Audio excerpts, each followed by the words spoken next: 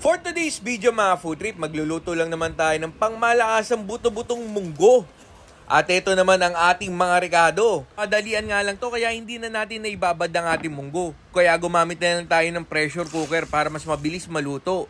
Magtadtad muna tayo ng bawang mga food trip. Sumunod naman dyan, etong sibuyas at kamatis. Yan pala ang gagamitin natin panggisa sa ating bagoong na panghahalo sa ating munggo. Pagkatapos nga mahiwa ng ating sangkap, pwede na tayo mag-isa. Unahin natin ang bawang sibuyas at isunod natin ang kamatis.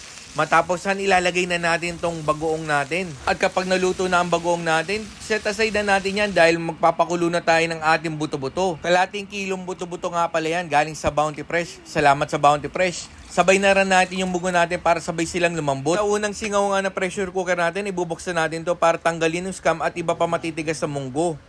Tapos titimplahan na natin to ng ating bagoong. Lulutuin natin to sa loob ng 15 minutos para lumambot ang ating